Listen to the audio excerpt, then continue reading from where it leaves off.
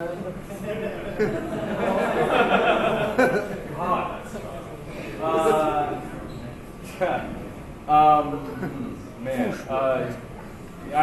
remember I couldn't recommend Serbian film. Baby fucking excitement. Finally, a movie with this in it. I remember when I watched that movie, I was still married at the time, and the divorce had nothing to do with it. That I know of.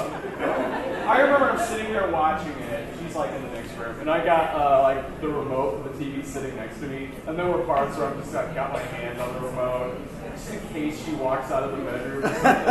And I have to explain, like, look, there's context for why that person's getting skull fucked in the eye. I am here talking with Mr. Brad Jones of the Cinema Snob fame. Brad, say hi to the voyeur who snuck into your hotel room and is watching you at your voyeur. Bed. Fancy seeing you here in this empty hotel room.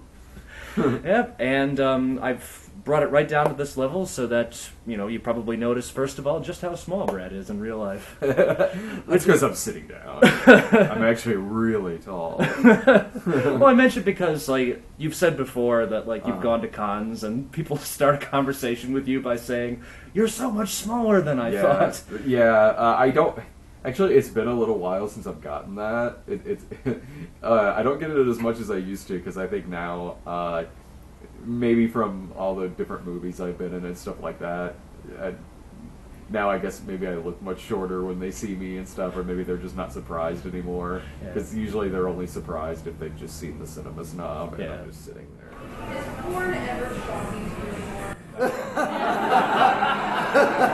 I mean, you must have seen a lot.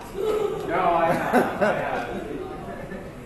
Like, I mean, not that it was ever really that shocking to me to begin with, because I've never been a prude in my entire life or anything like that. So, I mean, the first time I saw like an E.T. porn, like 10 years ago or wherever, I remember being like, "That's something, isn't it?"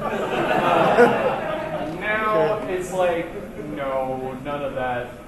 It would take like a snuff film to shock me at this point. Like, I found one that's a SpongeBob or like Sponge Nuts, Square Nuts. Oh my god! And it's a dude in this horrifying SpongeBob costume. His face can do the thing, just getting blown.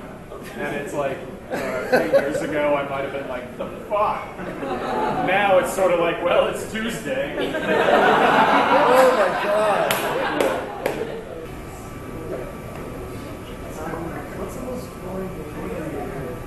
The most boring movie? Most boring porno? Dude, honestly, Donald Trump is like, I don't know if it's the most boring, but like that was just, they're like, Donald Trump's a big thing now, so let's get this quick porno. It's just it.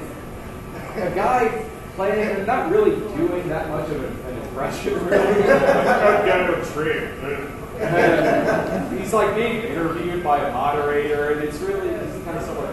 People say you say sexist things, Donald Trump. He's like, "What bitch said that?" That's the joke. It's like 6 minutes of that, and then they start fucking for 20 minutes. And that's the movie. He's like, check out my gold-plated balls. Like, you had a billionaire's dick in your mouth before. I'm watching it like, no, she doesn't now either.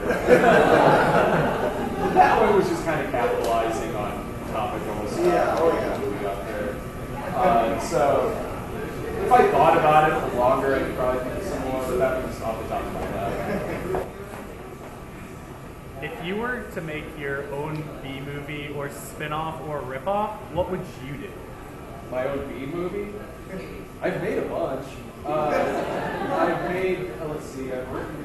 Well, what would be the next one, I suppose? The next one, if I were to do, well, the next movie we're working on is a movie that I wrote called Jesus Bro. It's a parody of Beer Flicks movies. I mean, obviously, I've been following you like any other crazy online stalker who posts anonymous comments on your Tumblr. Excellent. Right. This is the highlight of my day. We'll get to that in a second, but for I mean, for anybody who's watching who doesn't know, it might be a good idea to tell us, what Jesus Bro exactly is, and what we can expect from it. It's a parody film. It's the first parody film I've wrote. It's basically just a satire of all the tropes that come with, like, the recent wave of religious films, like the Pure Flix movies, like God's Not Dead, and the other stuff like War Room, and movies like Old Fashioned. Just that modern wave of Christian movies. But the movie is a spoof of, like, that kind of movie. It's not necessarily that it's a spoof of, like, religion or anything like that. It's just more like it plays with all the tropes that we see in all of these films. Because on our show, midnight screenings, and also now the Cinema Snob, we see a lot of those movies. Those movies come to Springfield, and we have to go out and review them. So, and also I kind of grew up seeing a lot of them in school back in the back in the 80s and early 90s. So we just started talking at one point, and we thought it would be funny to do a movie that's like a spoof of all of that, and it seemed like now would be the right time to do it, since those movies are still doing well. Yeah, like the sequel to God's Not Dead came out this year. I mean, that's, as far as I can tell, a sure sign that this stuff isn't going away anytime soon. And War Room did well at the box office. Like, it's its own little genre now, so it seemed like striking while the iron's hot. And as a genre, it seems to, we were talking about this during the fundraiser, but it seems to have completely changed from, like, the Bible Man and Car Man and, like, the kind of, like, 90s religious videos that we probably saw, you in, like, Catholic school, or me in, like, CCD, Sunday school. Mm-hmm. Like, what have you seen from, like, reviewing those kinds of movies on both generations? Well, the budgets are a lot higher on them now. I mean, if we're talking about movies like, these are made by religious companies to put out there and get their message forward, as opposed to, like, the big biblical epic, like Ben-Hur, Ten Commandments, things like that, or even, like, other movies like Oh God, or like Bruce Almighty and stuff like that, like strictly like the Pure Flix type stuff. Their budgets are bigger than things you would see, like, when I was a kid, like the Buttercream Gang or Second Glance, or the Cristiano Brothers movies. For those of you who don't know, there was this movie in 1992 called The Buttercream Gang. It's not a porn. It sounds like it should be, but no. It's like this kind of faith-based movie where it's a small town, and there's this group of kids who do, like, good Samaritan deeds around the neighborhood, and they call themselves the Buttercream Gang. When I saw this movie in 1992, I just thought, like, okay, it's kind of a corny movie and the name is silly. All right. Watching it in 2016, like I did for the show, is an entirely different experience. Because there's scenes in that movie where they'll go into the store and the old man will be like, unofficial buttercreamer business. Like, here you go, boys, from one buttercreamer to another. What is happening? And it makes everything else in the movie sound so suggestive. Like, there's a part where they're playing baseball, and the announcer is like, well, that's the job of the pitcher, to keep everyone loose. Is he even talking about baseball? What's going on? And, like, the guy afterwards goes, well, you took a good ribbon there, Scott. This is different than I remembered it. But there is a sequel. It's called The Buttercream Gang in Secret of Treasure Mountain. I've not seen it. But I had a lot of fun doing that as an episode. Because, like I said, that was one that I saw when I was a kid. And it holds up for wildly different reasons. The budgets are bigger. They seem to have...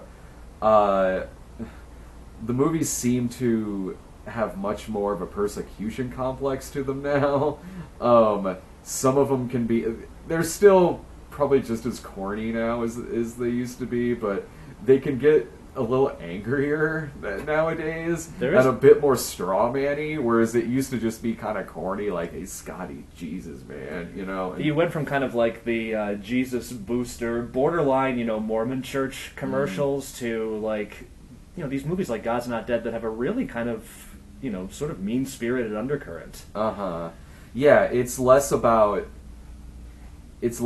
changing minds, changing hearts, or anything like that. A movie like God's Not Dead, and more just kind of like really sticking it to those other people or whatever, and like really kind of straw manning them, and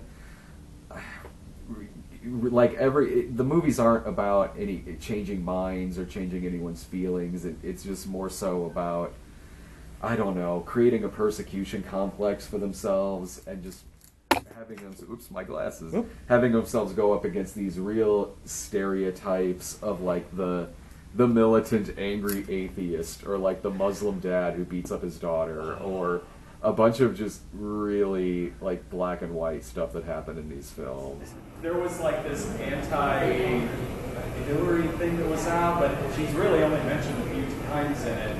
You know, the movie's called Hillary's America. It was made by this nut job named Dinesh D'Souza. We went to go see it for the midnight screenings, and it's the first movie that we ever walked out on, because it was just like, yeah, we've seen a lot of bad stuff before, but this was just the kind of bad like propaganda that just gets people killed, and we didn't really want to be part of that, honestly. God's Not Dead is bad, and God's Not Dead is propaganda, but it is what it is. Like, this is the kind of hateful propaganda that causes like mass shootings, and we weren't feeling it. So who knows? Maybe it got better in the next half hour. Maybe the ending with him going, "Just kidding, I'm a dumb fuck." Maybe then it's like, well, you see, at least he's honest. So we just didn't really want to be a part of that, and so we left. Probably guaranteed to get pushback from religious people who see Jesus Bro and don't get the joke or like take it personally. If I get a lot of that, I'm going to assume they don't know much about the movie. I'm going to assume I'm just going to assume they're going to think that it's some atheist propaganda movie. They're going to think it's this anti-Christian or Christian bashing, and it's not. If you see the script or you see the movie, that's not what it is at all. I mean, we have Christians that are in this movie. We have people of other faiths who are in this movie. I think, in talking about movies like the Pure Flix stuff and things like Old Fashioned, on whether it's midnight screenings or the Cinema Snob, there will be heavily a number of Christian people who say, like, these movies, like God's Not Dead, don't represent us. They don't represent our way of thinking. They don't represent our message of love and compassion and everything. They just exist as almost like victim porn, kind of. And I think that by and large, that'll be the attitude towards Jesus Bro, is that it'll be really nice to see a movie that it doesn't have a bad or negative message to it at all, and in doing that, it's making fun of a lot of the stereotypes of these movies. Yeah, and it does have a lot of tropes that you mentioned from all the Pure Flix kind of movies that you've seen. Now, you mentioned the Rickhead. Yeah. Now, what other kinds of character tropes and storytelling tropes, just to kind of give us a little teaser, like what other kinds of like trope send-ups can we expect to see? In Jesus Bro, you'll have like his really chuckly like black best friend. They play basketball together and go hunting together. You'll see a lot of when the Rickhead has his near-death experience and he comes back to Earth to then change his message online. Suddenly, like, he gets heavily persecuted, like ridiculously so. Like, he attempts to go hunting, but the ranger won't let him in, and then the ranger like shoots him in the foot at one point and says, "Get out of here! I don't like you. Changed your message." So it has a lot of fun with that. It's we tried to fit in as much as we could of a lot of the different. You have the girlfriend who's there to deliver exposition. Now you mean like the character in what was it, Faith of Our Fathers, where it's like I can't wait until we move in together after we're married, of course. Yeah, there's a girlfriend character in it who all of her dialogue is exposition dialogue. How many scenes of dialogue does she have? She, I mean, the joke extends beyond that in the movie. It isn't just that, but she's in it off and on through the movie. Because her and the Rickhead, or this is the character Alison Pregler plays. Her and the Rickhead are a couple at the beginning of it, and then like his angry atheism gets to be a little bit too much. Like they're out to dinner, and there's a scene in the movie Do You Believe where Sean Astin, who's this atheist doctor, is like having dinner with his wife at a restaurant, and there's a couple across the way from him who are praying before they eat, and Sean Astin's character is just like, ugh, do they really have to do this in public or something like that? So in this, like, the Rickhead's out to dinner with his girlfriend, and he sees a couple praying, and he just turns and gets sick and vomits on the floor. Oh God, can you believe this?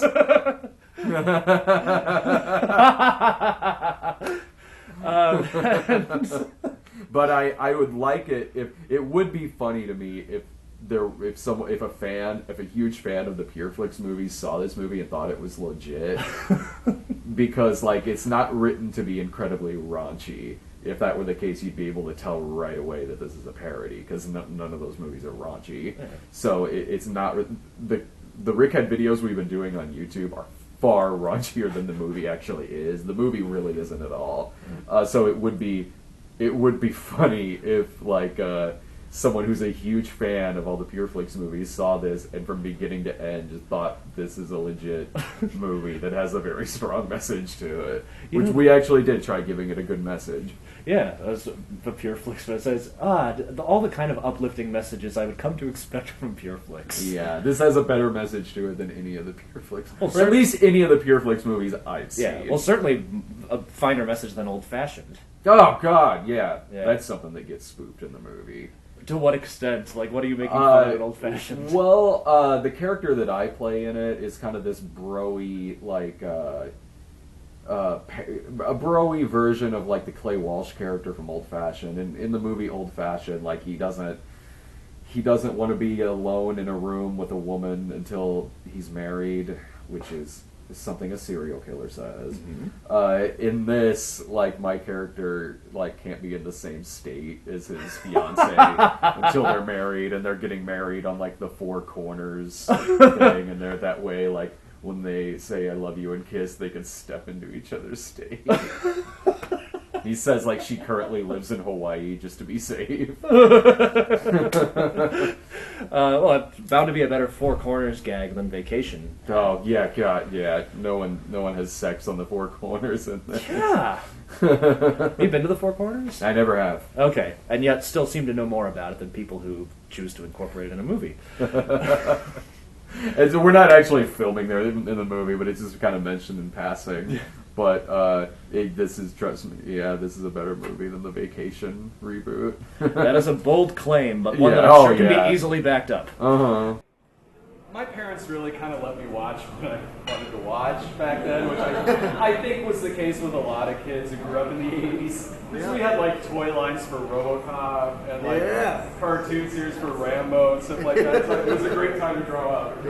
His parents were like, we don't give a shit. That was kind of the case with my parents. So like, I was able to watch like the slasher movie because I grew up in the 80s, which is the big time to get into slasher movies. So I would go to the video stores and I was never into sports or anything like that, anything physically active. So I would just rent like stockpiles of horror movies and movies in general, honestly. But I was really big into horror movies and exploitation. You would rent based on the box art show? What? Would you ever rent based solely on the box art show? Oh, Lord, yeah.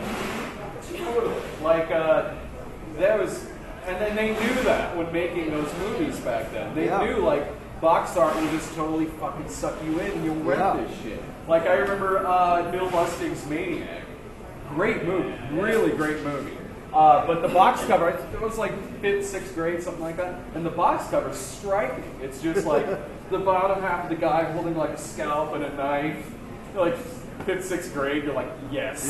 I need to see what led to this event. Maybe there's a reason they get stoned. Oh, it is. He's a serial killer. There was gorgeous box art and stuff like that back then. Oh, yeah. Nail Gun Massacre. This dude with the nail gun motorcycle helmet. I must see what a nail gun massacre looks like.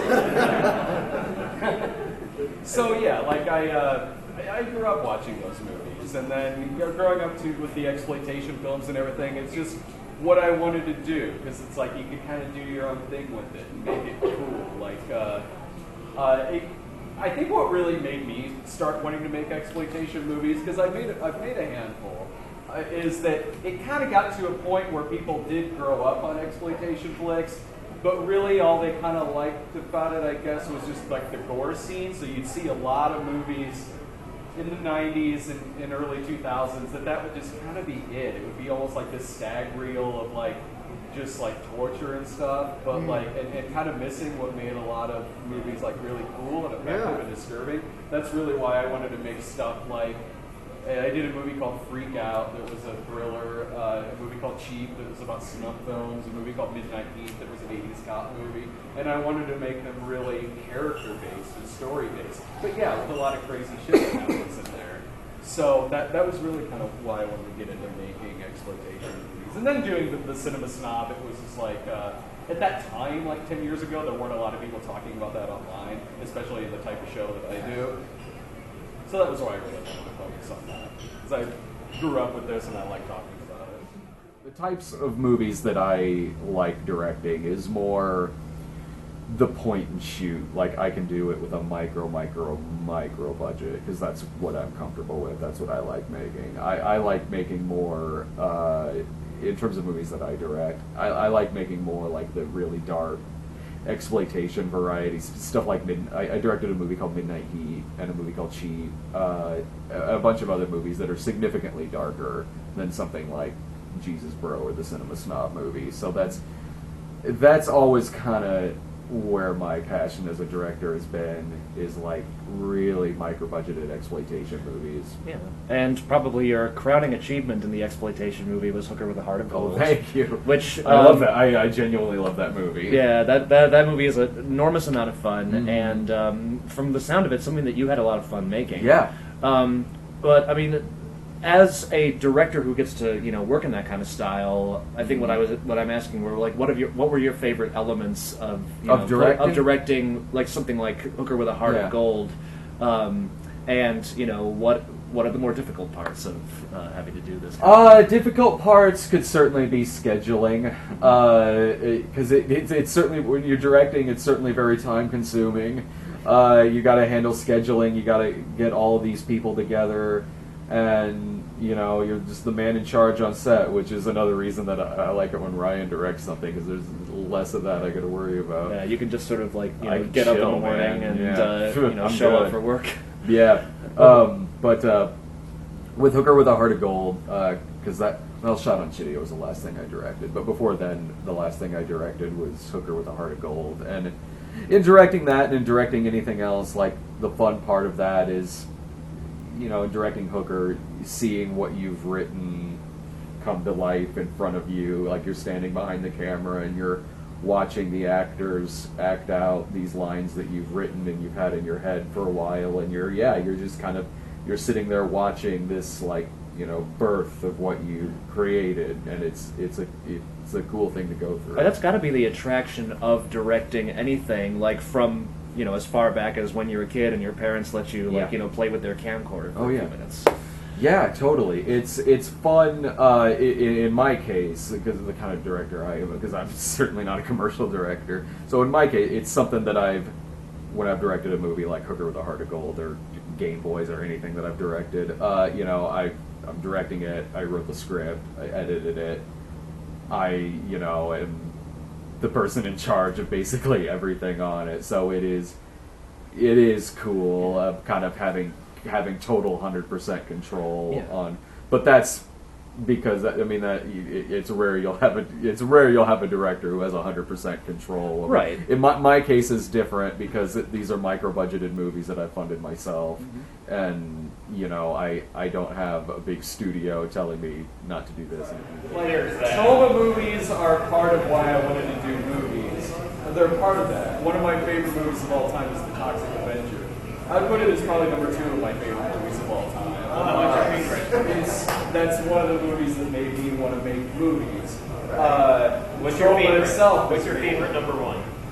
My favorite movie of all time? Caligula. It just is. Well played. It just is. Caligula's the one that made me be like, Caligula and Toxic Avenger are 2 movies where I'm like, make exploitation movies, make really cool flicks like this. Like, that's awesome.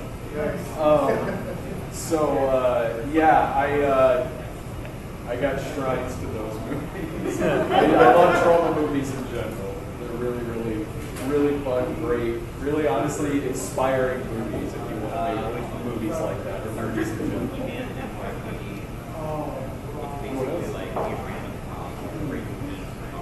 No one else. Cap it off on Caligula. I got no more dog fucking questions. I think that's the first time Caligula inspiring. Which version of Caligula do you prefer? The uncut. Yeah. Well, yeah, the uncut version. Like, I got a funny story. Like, I was 10 years ago, I was going out with this girl, and she wondered what my favorite movie was, and I said Caligula, like any normal person does. And she said she hadn't seen it, and she'd also never seen Clockwork Orange. So like, we can have a double feature. Clockwork Orange and Caligula. We watched Clockwork Orange, and she loves it. She's like, that was great. I love that movie. And me, I'm like, well, that obviously means she'll like Caligula. So I go put in Caligula, and I said, oh, then you'll probably like this. And she goes, yeah, she goes, I don't mind violence. I just, don't like hardcore, like porn stuff. And then I'm like, oh. You might not like this movie where a man with an ass on his stomach is getting rammed. That happens. So we get like 15 minutes into this, and it's so uncomfortable. I'm showing her a video of someone beating up her grandma. She reacted to it about like that, like 15, 20 minutes in. She's like, I am not enjoying this. I get up, I'm like sweating. I'm like, okay. So I get up, and I'm like, I'll shut it off. And she's like, no, it's fine. She's like, it's your favorite movie. I can watch it. And I'm like, if you're not enjoying it now, it's not going to get better for you. So then we like compromise, and I put in the edited version. The R-rated cut's like an hour shorter. It's horribly edited. If you've seen the uncut version, the R-rated version is hilarious. It's so badly edited. And then the R-rated version ends, and she's like, that sucked. And I'm like, well, yeah, it's the R-rated version. Like, the R-rated version's not very good. What? Never is. Oh, yeah, exactly.